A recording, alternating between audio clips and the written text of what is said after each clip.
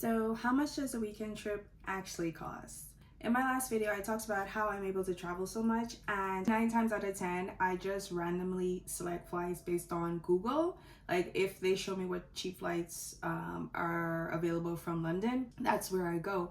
And I found a flight to Düsseldorf, Germany, and now I'm back from that trip, and I want to talk about how much it actually costs to go on a weekend trip. So let me walk you through everything. So flights, accommodations, transportation. Spoiler alert, I did go over budget, but I think it was worth it, so you can tell me.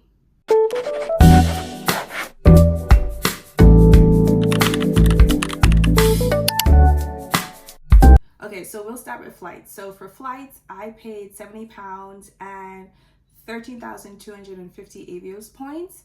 And I think without the points, it might have been maybe 150-ish, 160. What I did for that, so I have BA's Amex card, and so I collect points. I had my sister sign up for the credit card, and so I got, I think, maybe like 8,000 points from that, and then I use it like on the day-to-day shopping. It probably could have been cheaper if I flew out of Stansted or Gatwick. I flew out of Heathrow.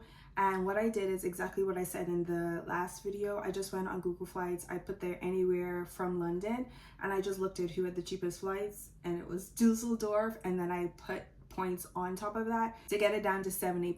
For accommodation, I paid £102 and 83 pence for 2 nights plus €6 actually for city tax, but I did split that accommodation with one friend, and so in total it was 205 and 66 pence. It definitely could have been cheaper, but I decided to stay in little Tokyo of Düsseldorf, and so everywhere, the aesthetics, all the restaurants, all the shops, everything was like, you know, Japanese inspired, and I think it was the city center, and so that probably added to the cost, but overall I still think it was pretty good, pretty decent price. So next is food and drink, and this is where I went over budgets, and I have no regrets. I truly have no regrets because food is my weakness. Like that's one of the main things of travel, experiencing the food. That's part of the culture. In total, food and drinks, I spent £93 and 54 pence,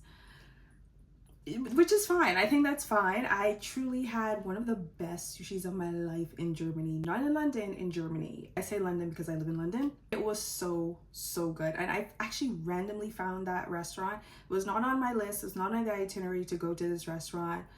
Just randomly walked around, decided we were hungry, Googled sushi, and went to the nearest restaurant. And it was so good. It was, think like a Hawaiian, like Hawaiian Japanese like fusion restaurant. So delicious. I also went to 2 of the viral ramen shops. I'll put the names on the screen.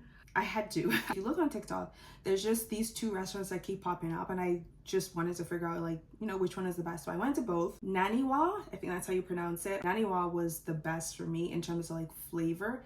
It was so much better than the other one. The other one just lacked depth in the broth.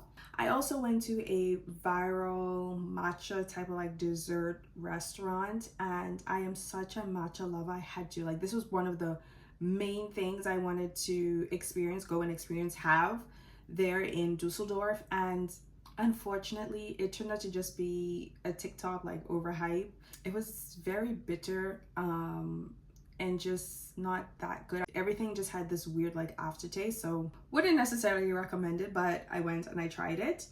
And then finally, I did want to mention that Düsseldorf has a very like late start in the mornings, and so it was hard to kind of find a breakfast spot that opens before 9 a.m. So I did find one. I think it was called Copenhagen Labs or Copenhagen Coffee. That was good. The matcha was pretty delicious that I had there, and then some breakfast sandwiches. Then we have activities. So in total for activities, I spent £31 and 87 pence.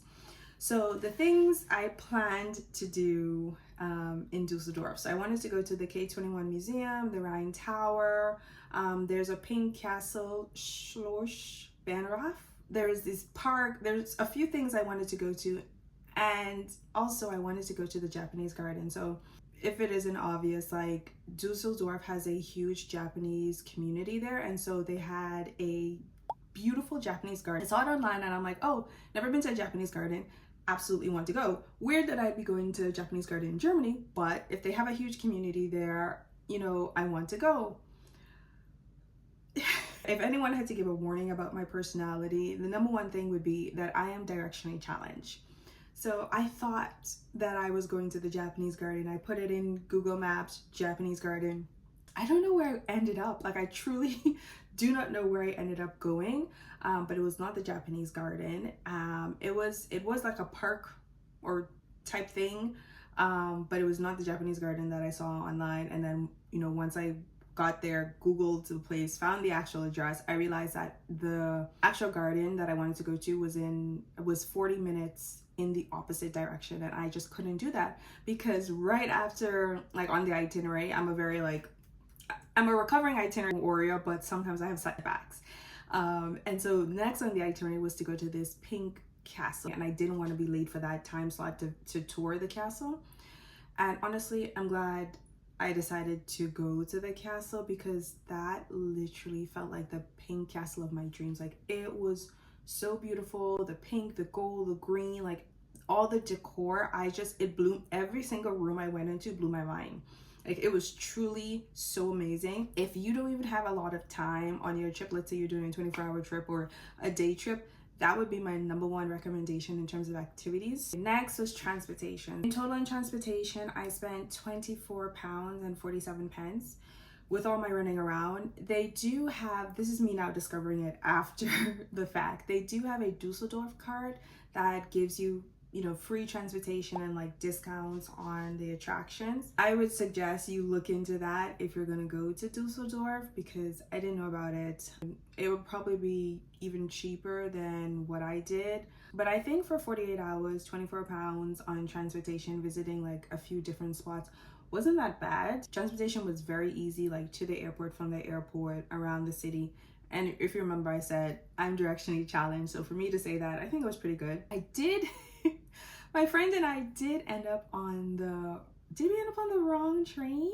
I think we missed our spots because obviously the names of the spots is German, and I think we probably just missed the spot. I had this like funny video of me watching us travel further and further away, like looking on maps further and further away from our hotel.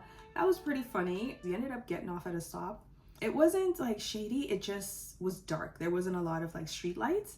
And so I'm like, okay, great, you know, someone else is here with me. And then we kind of figured out how to go back. It was fine, but very, very easy. And I don't think the price was too bad for 48 hours. And then last, but my favorite, souvenirs. I paid £22.57 on souvenirs. When I travel, I have to get a souvenir. Like I have to. And my souvenirs, I like souvenirs that are things that you can use in your day-to-day back home. So be it like food or clothing or a book you can read or just something beyond a keychain. Like, I'm not so much of a keychain person, but I am a postcard person. So what I do is I usually get like 2 or 3 postcards from each country or city that I visit, and then I would send postcards like to my family back in the Bahamas, or to my friends. My friend who lives in Canada, I'll just send postcards, and then I keep one for myself, and I try and like write just kind of like a memory of like how this trip went, you know, how much I enjoyed it, or maybe whatever that happened on the trip that I'm feeling, I would write down on the postcard. And so I got a postcard for this. I got the postcard of the Pink Castle, and then I also got a puzzle. So I love puzzles. I got a mini puzzle again of the Pink Castle. Like, can you tell, like, I actually really enjoyed it, and I'm hoping to frame and then put on my walls. So now the total. So if you remember, I said my budget was £250 for 48 hours in Düsseldorf. And in total, I ended up spending £350.38. So over budget, yes. I don't think it was too bad. I definitely feel like I could have done it cheaper. So typically, I'm not a low budget or luxury traveler. I'm like that mid-range where you might spend a lot on hotel, but then maybe cheap food, or, you know, try to balance it out. But I do think this trip could have been cheaper. Possibly doing like free walking tours, museums, checking out that Düsseldorf card, because I'm sure they have some of the most popular attractions on that card, and if it's discounted, you save money there. And if the card allows for free transportation, meaning like transportation is included, if you decide to go, you can stay in cheaper hotels. I do like mine though. I do like mine and probably would recommend it just because of the decor. That whole like Japanese like decor. The hotel was so beautiful. Like going into that elevator and seeing the dragons and everything, gorgeous. I love the location because even though the transportation was 24 pounds, 25 pounds, I still ended up walking a lot of places because of where I positioned myself within the city center, which is like one of my main tips of doing weekend trips. Like it saves time being in the city center. Probably could have gotten food a little bit cheaper if I skipped like some of the TikTok places. You know, when it's like TikTok famous, the prices are usually more expensive. They actually have a lot of restaurants in that city center that were most likely cheaper. Okay, so that's it. This is like practical example. I know a lot of people come online and give you tips on how to do things but don't actually show it. So this is my lived experience showing you all the tips I shared in my previous video on like how to travel more, how to take weekend trips, how to make it work, how to make it a bit more affordable. So I hope this inspires you to take more trips. You know, it could be to Germany or it could be somewhere else in Europe, and you know, recognize that you don't have to go broke to see the world. It does cost money. To be fair, it does cost money, but you don't have to go broke. You could always do it more cheaply than me. Subscribe if you want to see more price breakdowns. I have a lot more trips to share, and you know, you can get more inspo for weekend trip ideas.